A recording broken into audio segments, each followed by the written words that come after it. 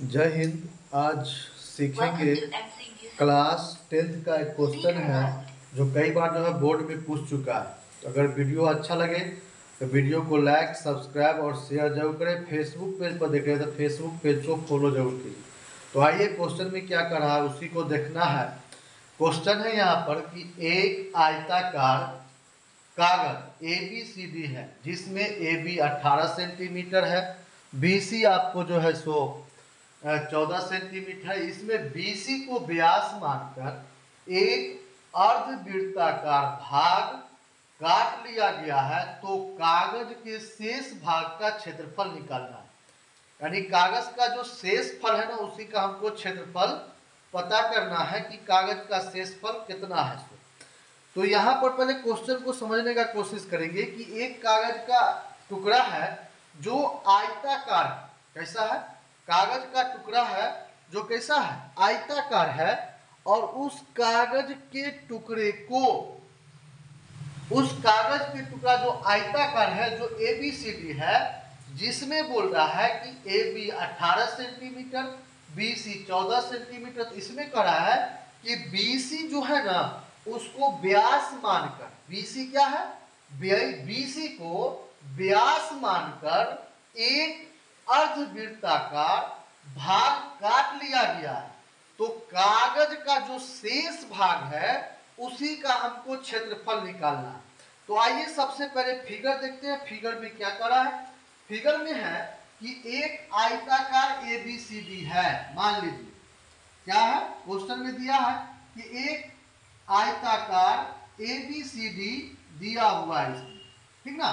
अब इसमें से कह रहा है कि BC को व्यास मानकर एक अर्धवृत्ताकार भाग काट दिया गया। तो BC को व्यास मान लेते हैं इस प्रकार से, ठीक ना। और इसमें से एक अर्धवृत्ताकार भाग को इस प्रकार से जो है काट लिया गया है, ये इस प्रकार से। तो उसके बाद जो कागज का जो शेष फल बच रहा है, शेष भाग बच रहा है, उसी का हमको क्षेत्रफल निकालना है। देखते हैं कैसे निकलेगा।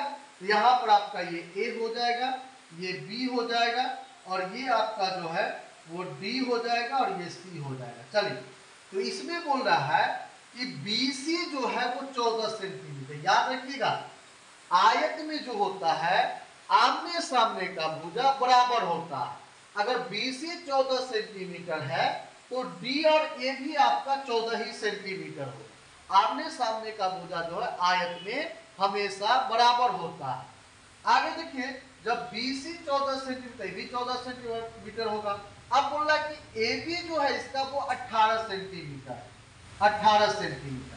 ये भी इसका कितना होगा, 18 सेंटीमीटर होगा। और आपको भी पता होगा कि आयत का जो क्षेत्रफल होता है वो क्या होता है, लंबाई गुने चौड़ाई होता है। चलिए, इसमें कह रहा था अब यहाँ पर हमको निकालना है व्यास किसको मानना है, BC को। BC को व्यास मानेंगे तो 14 सेंटीमीटर जो है मेरा वो क्या हो जाएगा, व्यास हो जाएगा। तो BC को क्या मानना है, 14 सेंटीमीटर माना है। सबसे पहले हम आयत ABCD का क्षेत्रफल निकालते हैं। यहाँ पर लिखेंगे आयत या आयताकार, आयताकार कागज का क्षेत्रफल। इसका क्षेत्रफल चलेंगे तो लंबाई गुने चौड़ाई होगा। तो लंबाई कौन हो जाएगा, ये हो जाएगा, चौड़ाई ये हो जाएगा। तो लिखेंगे लंबाई गुने चौड़ाई यानी 18 सेंटीमीटर और गुने हो जाएगा 14 सेंटीमीटर। अब 18 सेंटीमीटर को 14 सेंटीमीटर से क्या करना है, मल्टीप्लाई कर दीजिए। तो मल्टीप्लाई करेंगे दोनों को तो लगभग में आ जाएगा आपको 252 सेंटीमीटर स्क्वायर, ये आएगा। अब इसमें से बोल रहा है कि BC क्या है, BC को व्यास मानकर, क्वेश्चन में कह रहा है कि BC को व्यास मानकर, क्या मान करके, BC को व्यास मान करके। तो सबसे पहले अर्धवृत्ताकार जो है वो उसका हम क्या करेंगे, अर्धवृत्ताकार जो है उसको हम क्या करेंगे, उसका हम पहले क्षेत्रफल निकाल लेंगे, सॉरी व्यास निकाल लेंगे। ये आपका P हो जाएगा। तो DAP लिखेंगे अर्धवृत्ताकार का व्यास कितना हो जाएगा। तो अर्धवृत्ताकार का जो व्यास होगा वो आपको हो जाएगा कितना। अब इसमें देखिए क्या करना है, इसको अर्धवृत्ताकार व्यास, ये नहीं होगा आपका, ये जहां इस टुकड़ा को काटा गया, ये टुकड़ा को काटा गया, ठीक ना, तब ना BC को व्यास माना है, ये टुकड़ा को काटा गया, इसको हम P मान लेते हैं। तो व्यास जो होगा आपका वो 14 सेंटीमीटर। त्रिज्या निकाल लेंगे, 14/2 कट जाएगा 7 से, त्रिज्या आ गया 7 सेंटीमीटर, ठीक ना। ये आपका त्रिज्या निकल गया। अब हमको निकालना क्या, इसमें शेष भाग का क्षेत्रफल, यानी अर्धवृत्त का क्षेत्रफल पहले निकाल लेंगे। तो लिखेंगे यहाँ पर तथा अर्धवृत्त का क्षेत्रफल। तो अर्धवृत्त का जो क्षेत्रफल होता है 1/2 पाई आर स्क्वायर, ठीक ना। तो 1/2 पाई आर स्क्वायर, तो 1/2 को हम उसी तरह रहने देते हैं, पाई का वैल्यू 22/7, त्रिज्या हो जाएगा 7 × 7, एक 7 से एक 7 कटेगा, 11 दूना 22, 11 से कटेगा 11 × 7 यानी कितना, 11×7 77 सेंटीमीटर स्क्वायर। अब हमको दो चीज निकला, पहला निकला आयत का क्षेत्रफल, दूसरा निकल गया यहाँ पर अर्धवृत्त का क्षेत्रफल।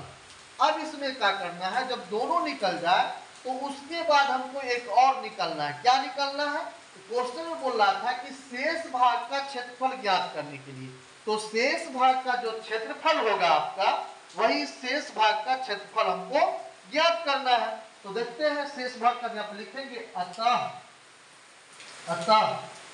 शेष भाग का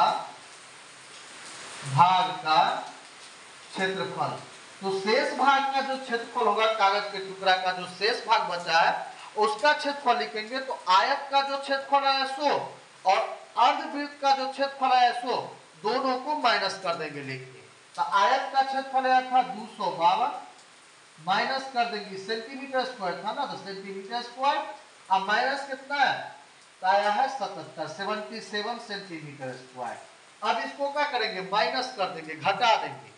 जब घटाएंगे यहाँ पर तो वो आपको जो आएगा वो आ जाएगा 175 सेंटीमीटर स्क्वायर। यही आपका आंसर हो गया।